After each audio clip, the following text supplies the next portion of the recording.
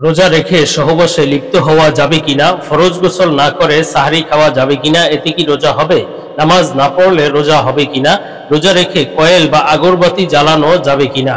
আসসালামু আলাইকুম ওয়া রাহমাতুল্লাহি ওয়া বারাকাতুহু। প্রিয় দর্শক, মনোযোগ সহকারে ভিডিওটি শেষ পর্যন্ত দেখুন, অন্যথায় কোনো মাসআলায় ভুল বোঝার সম্ভাবনা থাকে। আর সরাসরি কোনো প্রশ্ন করতে বা লিখিত কোনো বিষয়ে সমাধান পেতে ফতোয়া বিভাগে স্ক্রিনে দেওয়া নম্বরে ইমো অথবা হোয়াটসঅ্যাপে যোগাযোগ করবেন। তো আমরা মূল আলোচনায় চলে যাব।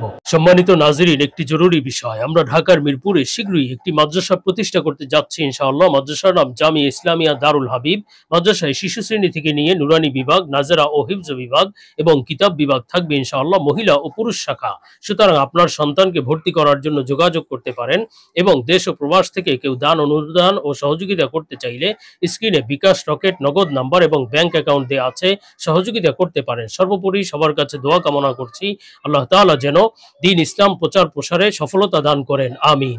আমরা সরাসরি প্রশ্নের জবাবে চলে যাই। একটি প্রশ্ন ছিল, নামাজ না পড়লে রোজা হবে কিনা। দেখুন, হাদিসের মধ্যে আছে, নবীজি সাল্লাল্লাহু আলাইহি ওয়াসাল্লাম বলেন, মুমিন এবং কাফেরের মধ্যে, ঈমান এবং কুফরের মধ্যে পার্থক্য হলো নামাজ। কেমন যেন নবীজি বলেছেন, যে ব্যক্তি নামাজ না পড়লো সে কেমন যেন কুফরি করলো। এজন্য বড় ভয়ানক একটি বিষয় যে আপনি নামাজ পড়লেন না, ফরজ নামাজ বিশেষভাবে। আর রোজা রেখে নামাজ না পড়া তো আরো বেশি অন্যায়।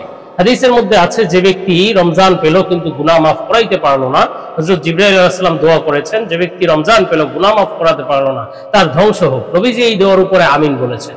এখন গুনাহ মাফ করানো তো দূরের কথা, আপনি রমজানে যদি নামাজ না পড়ে আরো বড় গুনাহগার হন, তাহলে তো আপনার চেয়ে কপাল পোড়া আর কে হতে পারে। আর নামাজের ফরজিয়ত এটি রোজার চেয়েও বেশি গুরুত্বপূর্ণ। এজন্য আপনার রোজা তো অবশ্যই রাখতে হবে, এটি ফরজ, তো নামাজও তো অবশ্যই পড়তে হবে, এটি তো আরো বড় ফরজ। সুতরাং যেমনি আপনি রোজা রাখবেন তেমনি নামাজও পড়তে পারেন, নামাজে অলসতা করার কোনো সুযোগ নেই। অপর হাদিসের মধ্যে আছে, যে ব্যক্তি রমজান রোজা রাখলো, রোজা রেখে সে মিথ্যা, গুনাহ ইত্যাদির সাথে জড়িত হলো, গুনাহ থেকে বাঁচলো না, তো তার রোজা দিয়ে আল্লাহ তাআলার কিছু যায় আসে না, আল্লাহ তাআলা সেই রোজা হয়তো কবুল করবেন না। সুতরাং আপনি রোজা রাখলেন কিন্তু নামাজ পড়লেন না, নামাজ না পড়ে গুনাহগার হলেন, তো আপনার রোজা কতটুকু কবুলের যোগ্য হলো? আপনি কষ্ট করলেন কিন্তু রোজা কবুল হলো না, এর চেয়ে কপাল পোড়ামি আর কি হতে পারে। এজন্য অবশ্যই আপনার রোজা তো রাখতে হবে, সাথে নামাজও পড়তে হবে, নামাজ ছাড়া যাবে না। হ্যাঁ, নামাজ যদি আপনি নাও পড়েন তারপর আপনার রোজা হয়ে যাবে, কিন্তু রোজাটা হবে আইনত। কিন্তু এটা এমন হবে যে কেমন যেন দেহ রইল, প্রাণ উবে গেল। আপনি রোজা রাখলেন, অন্যান্য গুনাহের কাজও করলেন, তো এটা নয়। রোজার পরিপূর্ণ ফাজাইল পেতে হলে গুনাহ থেকে বেঁচে থাকতে হবে, পরিপূর্ণ নামাজ, অন্যান্য বিধিবিধান পরিপূর্ণ আদায় করতে হবে, তবেই আপনি রোজার পরিপূর্ণ ফাজাইল পাবেন। আল্লাহ তাআলা আমাদেরকে পরিপূর্ণ ঈমানের সাথে এবং সওয়াবের নিয়তে উত্তম জীবন যাপনের সাথে, দ্বীনের সাথে দ্বীনদার হয়ে রোজা রাখার এবং আল্লাহ তাআলার প্রিয় বান্দা হওয়ার তৌফিক দান করুন। তো আমরা পরবর্তী প্রশ্নের জবাবে চলে যাই। প্রশ্ন ছিল, রোজা রেখে কয়েল বা আগরবাতি জ্বালানো যাবে কিনা। দেখুন, রোজা রেখে কয়েল বা আগরবাতি জ্বালানো উচিত নয়, এটি অনুচিত কাজ। কেননা রোজা রেখে যদি কোনো ব্যক্তি কয়েল অথবা আগরবাতির ধোঁয়া ইচ্ছাকৃত নাকে টেনে নেয়, তাহলে এর মাধ্যমে রোজা ভেঙে যায়। তো যেটা ইচ্ছাকৃত করলে রোজা ভেঙে যায়, তো সেটা আপনি সামনাসামনি কিভাবে কেন আনবেন? যদি একেবারে প্রয়োজন, অত্যন্ত জরুরত প্রয়োজন না হয়, তাহলে আপনি কয়েল, আগরবাতি এগুলো রোজার সময়, রোজা রেখে দিনের বেলা এগুলো জ্বালাবেন না। হ্যাঁ, বিশেষ যদি প্রয়োজন হয়, মশায় প্রচুর মশা লাগছে, তো সেক্ষেত্রে আপনি কয়েল জ্বালাতে পারেন। আগরবাতিরও যদি বিশেষ প্রয়োজন হয় জ্বালাতে পারেন। এতে যদি এমনিতে অনিচ্ছায় নাকের ভিতর ধোঁয়া চলে যায়, এতে রোজা ভঙ্গ হবে না, কিন্তু ইচ্ছাকৃত ভাবে টেনে নিলে রোজা ভেঙে যাবে। সুতরাং এটি প্রয়োজন ছাড়া না জ্বালানোই ভালো।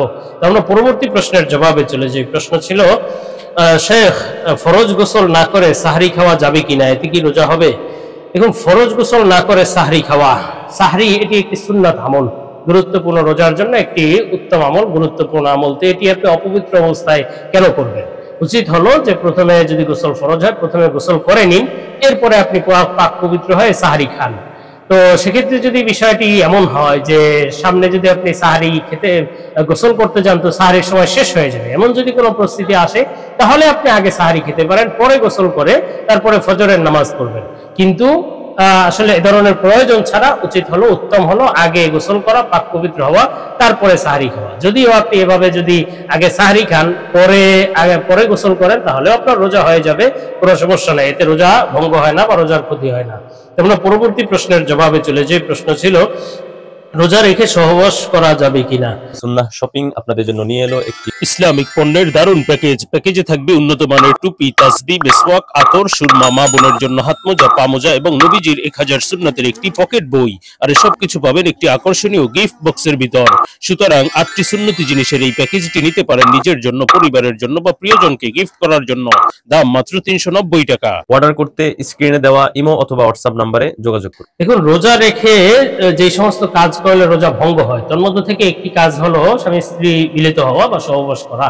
এটা রোজা রেখে সম্পূর্ণরূপে হারাম। দিনের বেলায় বা রোজার সময় থাকা অবস্থায় এই কাজ থেকে বিরত থাকতে হবে। এই কাজ করলে ইচ্ছাকৃত, তাহলে রোজা ভেঙে যাবে এবং কাজা কাফফারা উভয়টি দিতে হবে। রোজার কাজা হলো একটি, আর কাফফারা হলো 60টি, 6-0-60 যেটা। তো লাগাতার আপনার 7টি রোজা রাখতে হবে ইচ্ছাকৃত যদি আপনি রোজা ভাঙেন, তো সেক্ষেত্রে বড় ভয়ানক ব্যাপার। এজন্য রোজা রেখে এই যে সহবাস করা বা রোজা ভঙ্গের কারণ এগুলো করা থেকে পরিপূর্ণ বিরত থাকতে হবে।